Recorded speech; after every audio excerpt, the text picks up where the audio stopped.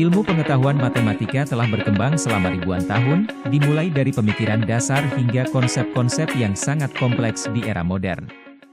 Berikut adalah garis besar sejarah perkembangan matematika sampai dengan sekarang. Mesir dan Mesopotamia. Sekitar 3000 sebelum Masehi, bangsa Mesir dan Mesopotamia adalah yang pertama kali mengembangkan konsep dasar matematika, seperti aritmetika, geometri, dan pengukuran. Mereka menggunakan matematika untuk berbagai tujuan praktis seperti pertanian, konstruksi, dan perdagangan. 1. Zaman Yunani kuno. Sekitar 600-300 sebelum Masehi, matematikawan di zaman Yunani seperti Thales, Pythagoras, dan Euclid mengembangkan teori-teori dasar geometri. Sedangkan Euclid, dengan karyanya Elements, meletakkan dasar bagi geometri yang digunakan hingga hari ini. Ketika zaman India kuno juga, sekitar 300-1200 Masehi, matematikawan India seperti Aryabhata dan Brahmagupta membuat kontribusi besar dalam aljabar dan trigonometri. Jadi asal-muasal sistem angka desimal dan konsep nol berasal dari peradaban India. 2. Zaman Pertengahan. Sekitar abad ke-8, 14 Masehi, selama zaman keemasan Islam, matematikawan seperti Al-Khwarizmi mengembangkan aljabar dan menyebarkan pengetahuan matematika Yunani dan India ke dunia barat. Al-Khwarizmi sering dianggap sebagai bapak aljabar, sedangkan matematika di Eropa baru berkembang sekitar abad ke-12, 15 Masehi. Baru kemudian pengetahuan matematika dari dunia Islam diterjemahkan ke dalam bahasa Latin, yang kemudian menjadi dasar bagi kebangkitan matematika di Eropa. 3. Renaissance dan zaman modern awal. Zaman Renaissance, abad ke-15-17 Masehi. Matematika berkembang pesat di Eropa.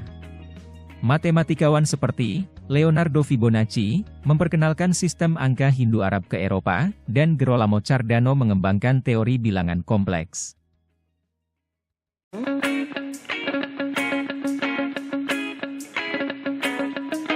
Isaac Newton dan Gottfried Wilhelm Leibniz, sekitar abad ke-17, secara independen mengembangkan kalkulus, sebuah cabang baru dalam matematika, yang menjadi dasar bagi fisika modern dan berbagai bidang ilmu lainnya. 4. Zaman modern. Baru pada abad ke-18 dan 19 Masehi, matematika berkembang lebih jauh, dengan kontribusi dari matematikawan seperti Carl Friedrich Gauss mengembangkan teori bilangan, Augustin Louis Cauchy mengembangkan matematika analisis, dan Évariste Galois mengembangkan teori grup. Pada abad ke-20, matematika berkembang ke arah yang lebih abstrak, dengan perkembangan teori grup, topologi, dan geometri diferensial. Matematikawan seperti David Hilbert dan John von Neumann memainkan peran penting dalam perkembangan ini, sedangkan setelah adanya komputer dan algoritma, matematika komputasi menjadi bidang yang penting. Algoritma menjadi bagian tak terpisahkan dari ilmu komputer dan teknik. 5. Perkembangan di abad ke-21 hingga sekarang. Di abad ke-21, matematika sangat berperan dalam perkembangan ilmu data dan kecerdasan buatan. Konsep-konsep seperti statistika, optimisasi, dan teori informasi menjadi sangat penting dalam analisis data, teori kategori, dan topologi, telah menjadi bidang yang penting dalam matematika modern, terutama dalam konteks matematika teoretis dan fisika matematika. Matematika terus berkembang dalam aplikasinya pada teknologi, ekonomi, dan sains. Model matematika digunakan dalam simulasi, prediksi, dan pengoptimalan. Perkembangan matematika hingga sekarang mencakup berbagai cabang yang saling terkait dan terus berkembang. Seiring dengan kemajuan teknologi dan kebutuhan manusia akan solusi matematis dalam kehidupan sehari-hari.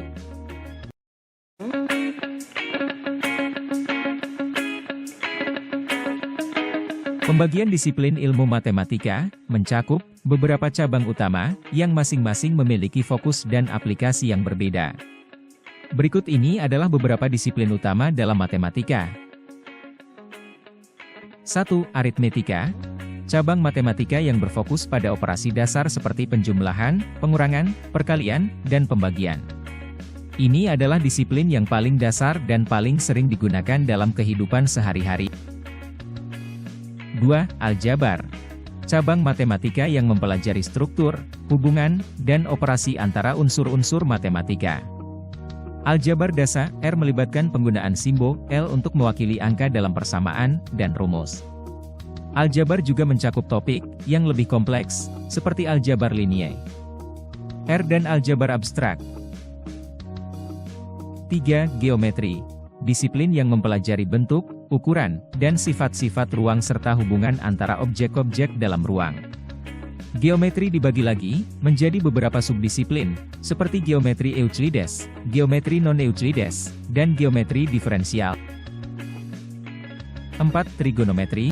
Cabang matematika yang mempelajari hubungan antara sudut dan sisi dalam segitiga. Trigonometri banyak digunakan dalam fisika, teknik, dan astronomi. 5. Kalkulus. Disiplin yang mempelajari perubahan dan gerak.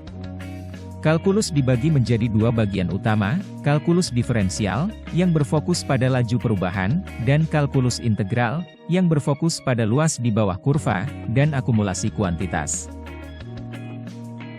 6. Statistika.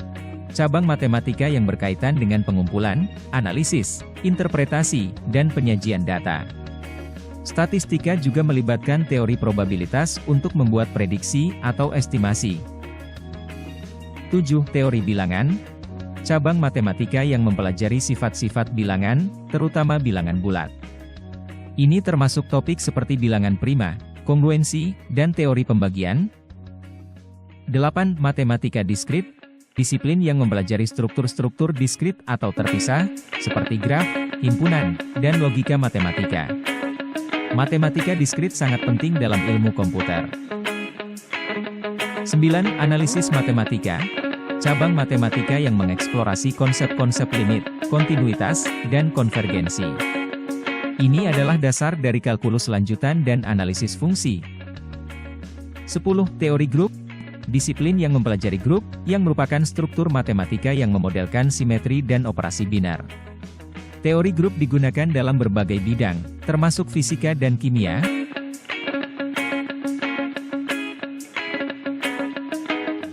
Setiap disiplin ini dapat bercabang lagi menjadi subdisiplin yang lebih khusus, tergantung pada tingkat kedalaman dan kompleksitas studi. Matematika adalah ilmu yang sangat luas dan memiliki aplikasi dalam hampir semua bidang sains dan teknologi. Ilmu matematika memiliki banyak manfaat dalam kehidupan manusia, baik secara langsung maupun tidak langsung. Berikut beberapa manfaat utama dari ilmu matematika. 1. Pemecahan masalah. Matematika melatih kemampuan logika dan pemecahan masalah. Dengan memahami konsep-konsep matematika, seseorang dapat menganalisis situasi, membuat keputusan yang lebih baik, dan menyelesaikan masalah secara sistematis. 2. Pengelolaan keuangan. Matematika digunakan dalam pengelolaan keuangan, seperti dalam perencanaan anggaran, perhitungan bunga, investasi, dan perhitungan pajak. Ini membantu individu dan organisasi mengelola uang dengan lebih efisien. 3. Peningkatan teknologi. Matematika adalah dasar dari banyak teknologi modern, termasuk komputer, telekomunikasi, dan enkripsi data. Algoritma matematika digunakan dalam pengembangan perangkat lunak, analisis data, dan kecerdasan buatan. 4. Pengembangan ilmu pengetahuan. Matematika adalah bahasa universal dalam sains. Ini digunakan dalam berbagai bidang ilmu pengetahuan, termasuk fisika, kimia, biologi, dan ekonomi, untuk memodelkan fenomena alam, menganalisis data, dan memprediksi hasil. 5. Arsitektur dan rekayasa.